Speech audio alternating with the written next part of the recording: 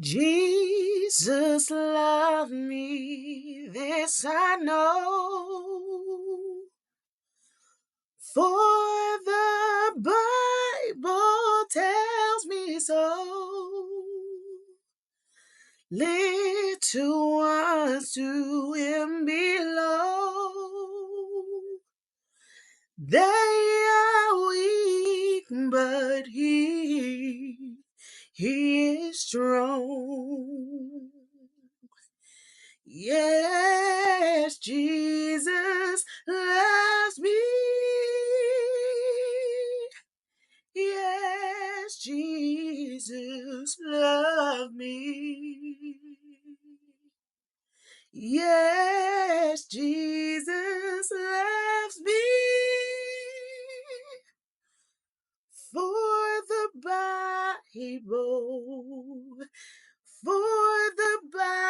Bible, it tells me so. Jesus loved me, this I know.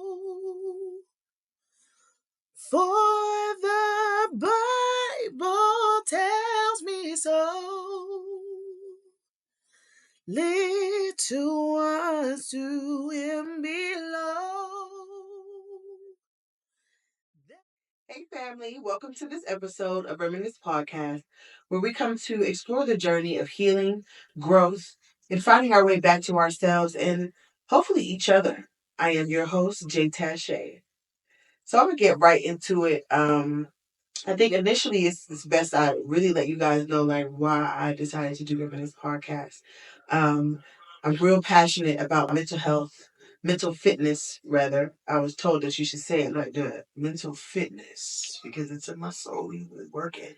But I'm very passionate about it. I have experienced challenges with my own throughout my life. I have family members, friends, many people who struggle with their emotional awareness, their mental health, their just trying to keep it all together. And honey, let me just say, the world hasn't made it very easy. Okay, it is quite easy to lose the good sense you got with everything that we kind of have endured. Personally, for the last few years, I've been on a real intentional, um, non-stop journey of just healing and finding my way back to myself. Um, and on top of that, I'm raising two little girls who really depend on me to do that. I do believe in order to parent the way that you really want to, you have to be living the way that you really want to. And most of us really want to be happy, healthy, free of worry, of course, but then there's life. And that thing don't care who you are, where you're from, what you've been through, what you have, what you don't. Life is going to do its thing. And I did Reminisce Podcast because a lot of us need help figuring this thing out. And I think a lot of people have the potential to be whoever they want, to be great, to really be able to fulfill the things that make them happy and do, everybody, since I was a kid, when you're a kid, you know what you want to do when you grow up. You could not tell me I wasn't going to be Beyonce. Okay, I was gonna be a singer. I was gonna be on stage. I was gonna be this. This was my plan for my life. And then when you get older and you look back on those things and you see all the steps you took, whether to either get to where you wanted to go, or a lot of us went the total opposite way, don't know it, and we working our way on back.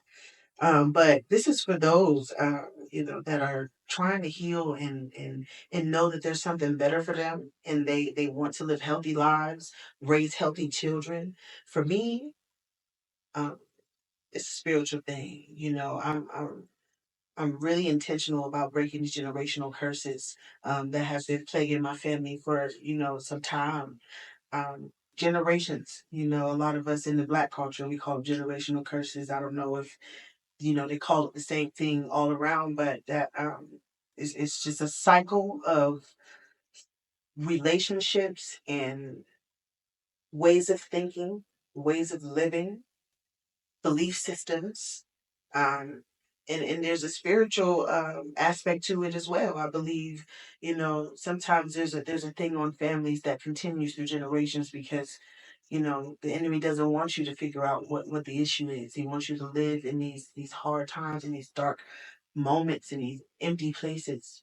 And I think once I really took my relationship with God more seriously, uh, healing was kind of like inevitable.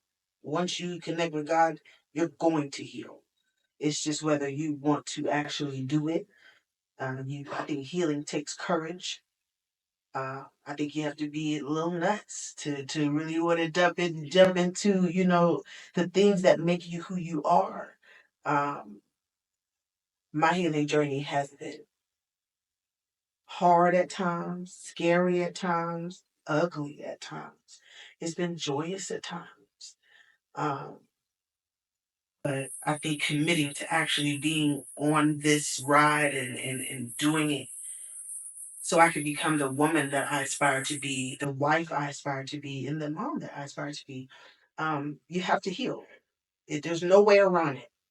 But with that being said, I think, a lot of us have trauma unhealed, and some people undiscovered. Some people have trauma and they don't even realize they have trauma that they need to heal from. And it completely directs your way of thinking, your way of hearing. Everything you hear, see, and do is going to be based upon your perception and how you see things.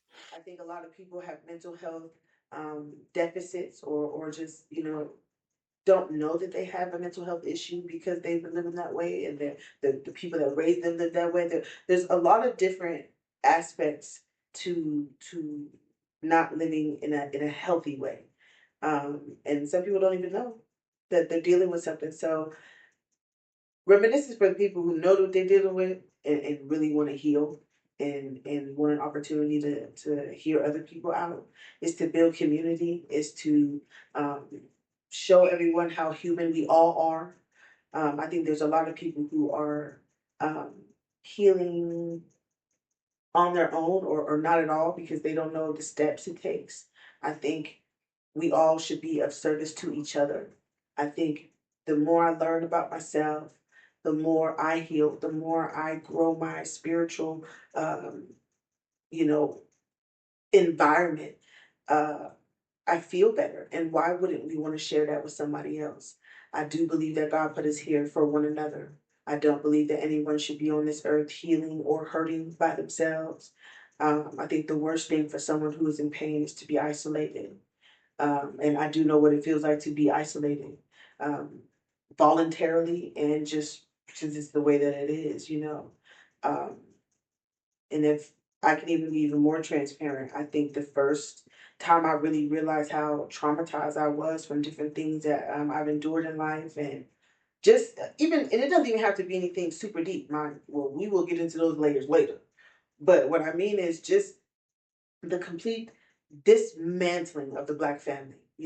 Not saying all Black families, but mine. Okay, I can only talk about the one that I know, and I think it traumatized me to grow up with all of this village. Um, I mean, from aunties, uncles, mom, cousins. I wasn't raised by my father, but he was still, around. And as I got older, and once the matriarch of the family passes, and then different things happen, the family just starts to separate, divide. Everyone goes to their corners with their hurt. And then the people that still want to be together and need to be healing with our family, don't want to heal alone, we're left to just be like, oh, okay. So then we figure it out. Not saying that you can't heal alone or you can't do things on your own. That's not what I'm saying. What I'm saying is not everybody is built that way and needs support. Um, it's not a weak thing. It's not a strong thing. It's the fact. We are not meant to heal alone. And until somebody steps up and says it and actually tries to put the time into it and share and be vulnerable, and then we'll all kind of be in limbo. And I don't want to leave this earth having regret and sorrow and pain still on my heart. I don't think I was made for that. I don't think any of us were, male or female. This is not just for the women. Yes, I am a single mom, and that comes with its own traumas. But even these men, young men, black men, white men, I work with a lot of different people in my in dentistry as well. So I meet a lot of different people from all walks of life. I work with people from all walks of life, and I think we all have our own versions of trauma and um, things that we've been through. There's a wide range of what trauma could be to you. Um, so I think it's just good to have an open conversation, especially in such a small city. I'm from Youngstown, Ohio, which is a very tiny, tiny little city, but it is a mighty one. It is a rebuilding one. It is it's good ground. It's good soil. And I think there's a lot of good people here. But I think a lot of them are also hurting and uh, divided. And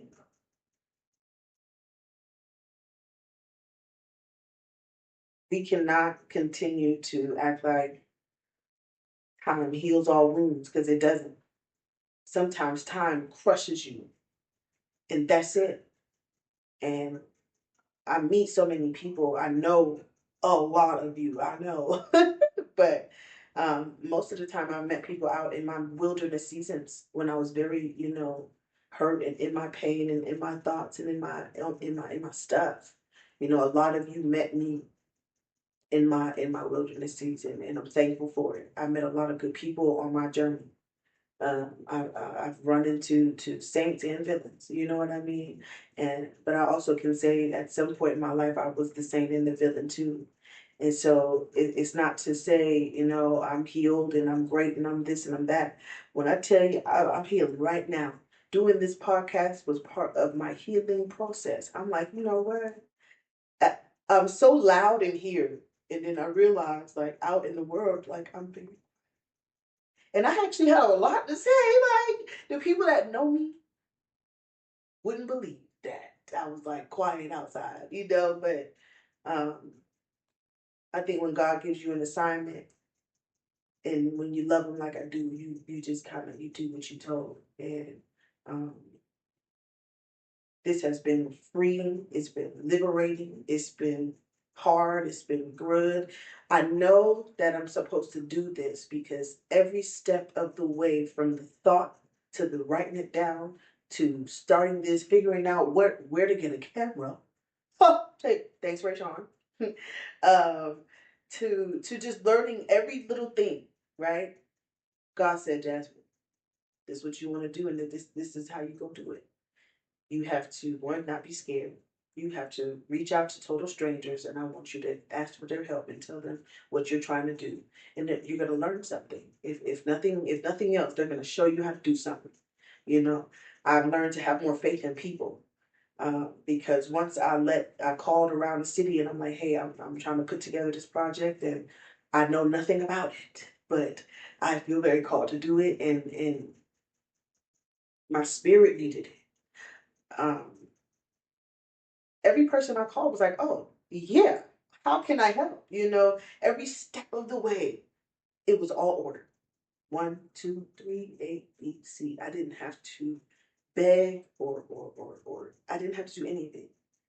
And that's how I know. I said, God, if you want me to do this, you're going to align it and everything about it. I'm going to tell y'all what, too, right? I was going to film this podcast in the spare bedroom in my little apartment. I said, I'm just gonna, mind you, there's other activities in that same apartment, in that same room.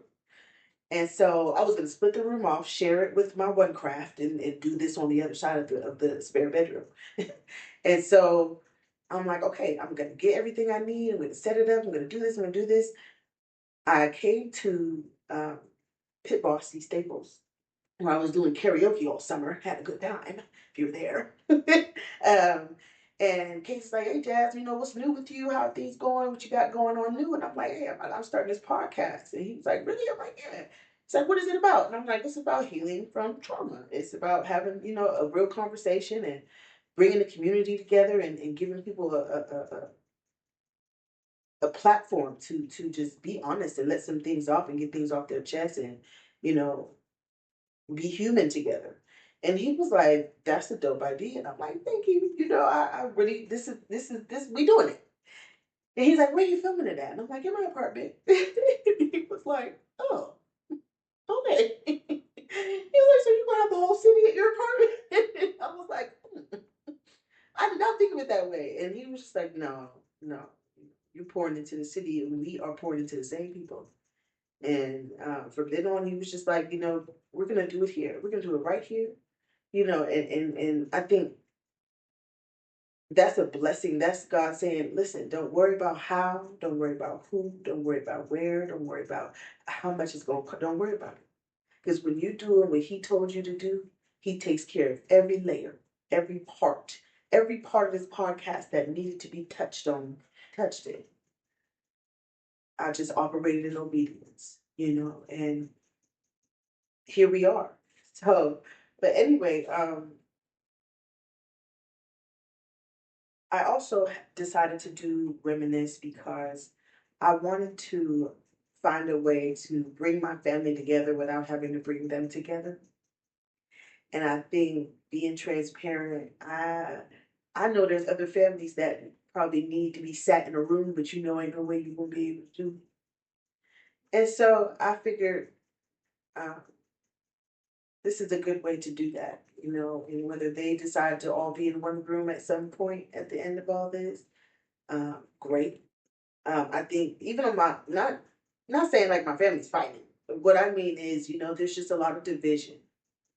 And then there's a generations of children and young adults such as myself who could really use the villages that we still do have. Um, and so it's just my version of saying that, you know, I miss them. I love them. I wish I spent more time with all of them. Uh, we all grew together so close, whether it was my mom's side or my dad's side. But um, I was a little kid with a lot of family, a lot of cousins, and the village and cookouts. And, you know, I grew up with all my grandmas. Let me tell you how blessed I am, right? I was raised by my mom, and her mom. Okay, it was Tasha, Junie B, and Viola Brown. Okay, I had my great grandma until she was 94, until I was 29, pregnant with my second child. So, and then on my dad's side, I had my father, his mother, and her mother my whole life. My other one, Phil Madeline, and Sylvia Jenny Thinker. But I had her until she was 94. And that was both of my great grandmas passed months apart. Um, I was blessed to have all those generations of wisdom and care and chastising. And people don't get that. People don't, I know most people have never even met their grandparents. And I had the honor and the privilege of being raised by my grandmas gave me God. All of them gave me God. And I will be forever grateful for that because without him, I don't think I would have ever figured out who I was or what I was supposed to be doing. And if you think about the trauma, and once you learn about the trauma that I actually have endured, I think most people will be like, wow, you know, I'm grateful to be alive at this point. And that's just being honest. So with being grateful for my life, um, I plan to live it by sharing what I've endured and sharing what I've healed from and learned. And it's not even just afflictions from others. I've had to heal from trauma that was self-inflicted, trauma that I gave to myself. Um, but it all starts somewhere. And so I spoke about my daughters. I have two daughters, Samaya and Nova Grace. They're 12 and 2, 10 years apart. Yes, I know. Started all the way over. But anyway, my oldest, Samaya, she is 12, 12 and a half, right? And um, she's going through all those preteen, little girl things that we all have gone through. And so me being the mom that I am, I really try to parent, hands on and very upfront, very in your face, very like, okay, let's handle this. And I think every little girl, and I'm a single mom, so, I've never been a single mom raising a fatherless daughter. And that has been probably one of the most heartbreaking and humbling things. And one of the biggest blessings that I could have ever imagined. But with that, it comes at a price. Um, she is growing, and I'm trying to be everybody for her right now. Mom, dad, uh, provider, nurse, caregiver, spiritual advisor. There's a lot put on a single mom, and so school things, socially. I'm trying to teach her how to find her voice and not be a follower, but a leader, and be who she is and make her own choices for herself. Pressure comes, and I have so many stories of that just in my own childhood. So I try to teach her through my own experiences. I keep it very real with my child. I think it's very important that you keep it real with your children. Like that one, they're not dumb. Two, they are, they know when you bullshit. They know when you get it. And so I found like the best technique to raising my child is to just level with her and just talk to her. This is how I talk to her. And so I'm like, what am I gonna do to help her find her voice? Being a single mom is hard to um, sign her up for all these extracurricular activities. I mean, each year I have had different levels of like depression because I couldn't do the extra things for her that I wanted to because I either have to be at work or I have to be taking a child to a basketball practice. I either have to go to work or I have to, when it's just you got to do it. There's so many sacrifices, and that comes with its own really hard times and a lot of just guilt. And so I was trying to figure out what extracurricular activity can I do for her that I don't have to worry about how she's going to get there. What ride will she have? She loves photography. I took her on a surprise trip to NYC in the summer for her birthday, and we did all the city stuff. We rode the subway. We had street food. We went to the museum. We did all these things this summer when she turned 12. And so I know that she loves the creative side of things and she likes being behind the camera. And I said, well, why don't you start a podcast? Why don't you do a podcast and talk about things you go through as a kid? And, I'm sure there's other 12-year-old little girls who would love to hear that someone else is dealing with their, all that. And so in doing that, I went and bought all the stuff. Bought all the stuff. Um, I'm like, we are going to empty this bedroom out. We're going to set this camera up and we're going to do a podcast right here at home. That way I don't have to worry how you're going to get there. You can have whatever you want. We're going to decorate it, paint. I mean, let's do it. But then I had to also remember who my child is. And my child is very behind the scenes, very quiet, very like, don't put me in the spotlight kind of thing. But I knew that she had a creative mind. So I said, you know what? I'll show you better than I can tell you. I'll do it first. You watch me and you see I parent in action. You know what I mean? There was a year that Samaya was feeling away about her hair. Like our hair, our 4C hair. Hey, if you don't know what it is, Google it. And she felt away about her hair, and she wanted to be straight and, not of her ethnicity. And I had to kind of like show her, like, girl, you are not your hair. So I shaved all my hair off. 2019, bald fade. I mean, shaved to the skin, to the scalp. Put my lashes on, put my brows on, went to work. So Maya said, oh, but as I rocked that bald head and put my lashes on and kept smiling and lived my life, my kid was like, well, if she can shave her head and love herself, then I guess I'm going to have to like my 4C hair. But anyway, that's how I came to kind of doing this podcast at first. It was really just to show somebody you can do it. This was very terrifying. Okay? I'd like to put that out there. This is a step for me, okay? But anything for my child. She helps me in the background. She's looking at footage. She's I want her to see it, touch it, feel it. And if this is what you want to do, I'm going to help you do it. I'll walk it for you. Come on. You know, I know there's a lot of kids who don't have that in a mom. And I want to be able to just kind of talk to those moms, talk to those dads, and just remind them, these kids really need us to walk these things out. And I know we all been in pain for a while. I know it's been a while, you know. Um, but it's time to heal. We have to heal, if not just for ourselves, but for our children, so they know that that's possible.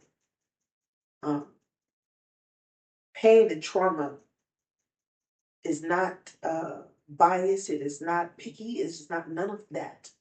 There are children taking their own lives because of what's in their head.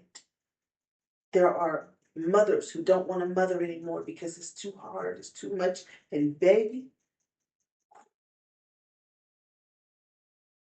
but I think half of our battle is the fact that we don't have our villages anymore. You know what I'm saying? Like whatever broke it, we know what factors kind of broke it. I mean, if we go back even before COVID or we started COVID, either way, um, something happened, and we need each other.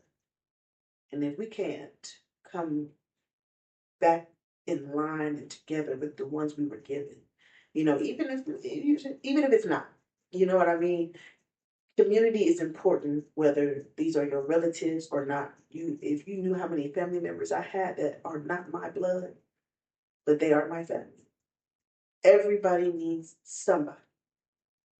Um, I think a lot of us are numbing the pain that we have, and we're not sure how to confront that thing. A lot of us are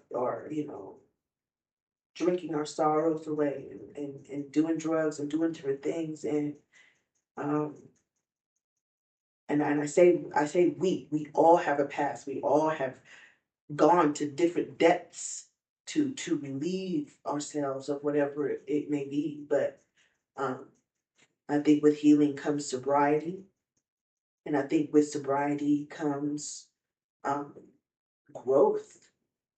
um the possibilities are endless once you have a clear mind.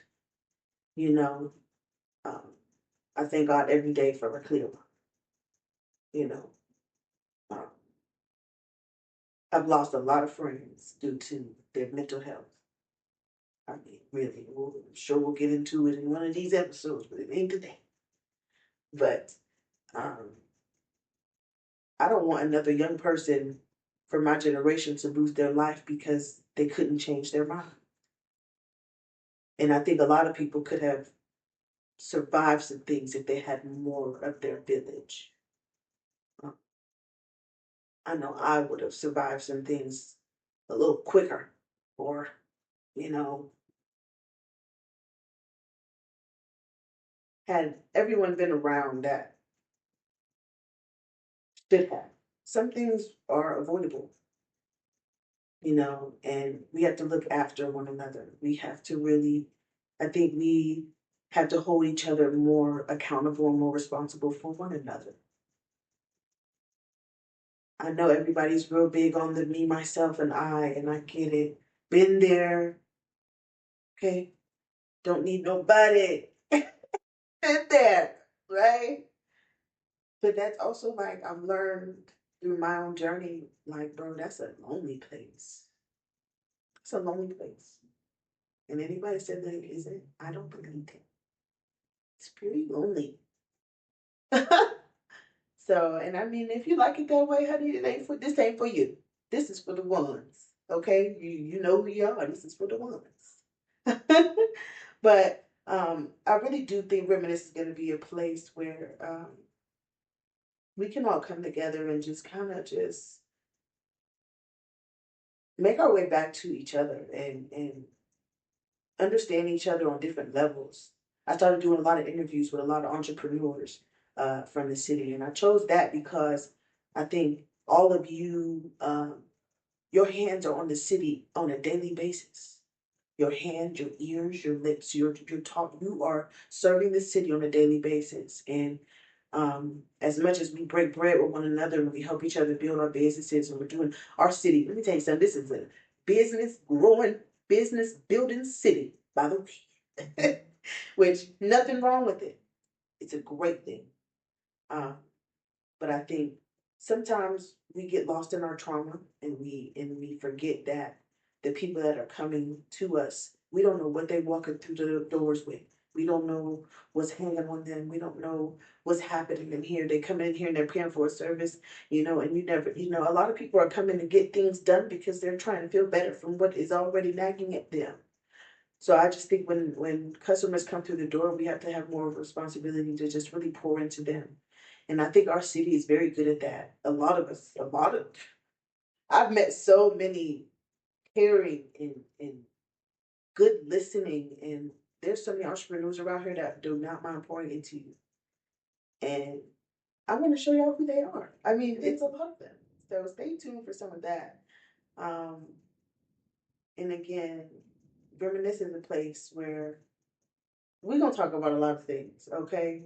All right, we gonna get into it. Okay. I think I just want us all to start really thinking about holding space for other people, and helping them get out the mud. It's very hard. Um, and until we can say, yeah, I've been there. Let's start. We don't have to just reminisce about it. Let's heal from it too. But I do want to. I think in order to heal from the past, we have to revisit it. And as I do that for my own life, I invite you all to come do that for yourself. Um, this is a safe space. Um, and I hope and pray that as we share together and we learn more about each other, especially in my city and whatever other city this touches, um, just having community can go a long way for somebody. And there's a generation younger than us that is really dependent on us to show them what it looks like to heal and not just cope and numb and maintain. There is a generation that is much older than us that deserve to be cared for until they transition. And nobody thinks about that. You're going to get old one day, Lord willing. And I do just hope that there's a generation behind me that has enough compassion in their heart to care for me the way that they should. But if we're not raising them that way, and if we're not pouring into them in that way, those are not the kind of adults that we're going to be taken care of by. It's important to me. My family is important to me. I miss them all. I miss them all. Um, to my mom, um, I just want you to know, baby, you've always been enough. Always been enough. You have done the work. You have suffered. You have triumphed. You have climbed that mountain, and it does not go unnoticed.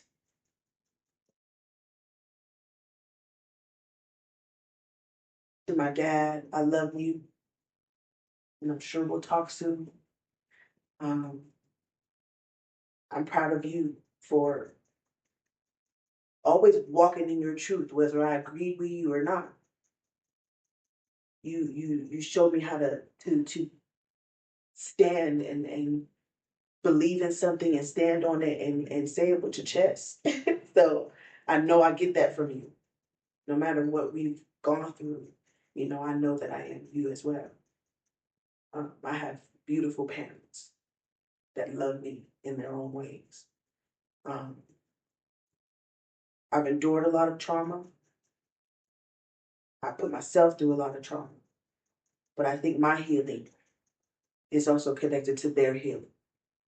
So I have to do that. And I hope I can encourage other people to do the same thing too. And it's not just them. My family is large. We'd be sitting here forever if I named all of y'all. But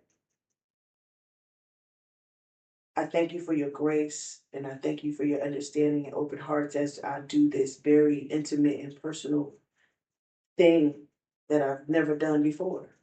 Uh, I hope that you will pray for me as I will pray for you, um, and join us. We're going to have fun on this couch.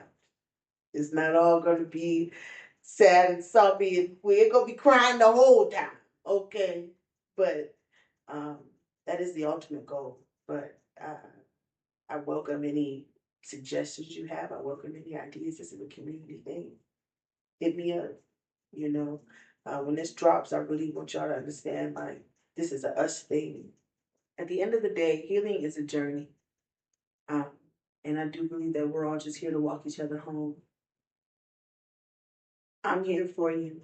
Um, if you're looking for community, Reminisce is a place where you'll find it. I have a lot of people who have um, donated their time, a lot of mental health professionals that are right around us that we may not even know are in the field.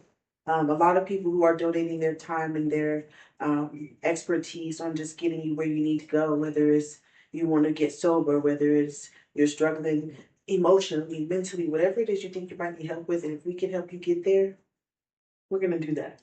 I'm going to really try for every episode on my pages, on my different streams. There'll be different resources that you can click on. Most of them will be free. Some of them take Medicaid, some of them don't. Whatever works for you. Reminisce is going to be a place full of resources.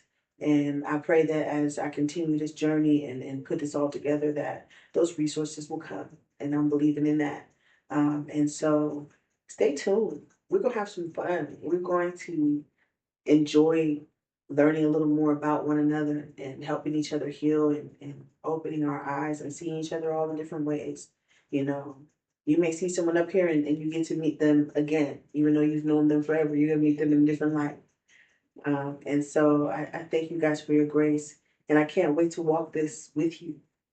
Welcome to the couch. Welcome to the room. Just know every time you come here, God is here. Nobody's alone. Welcome to Reminisce.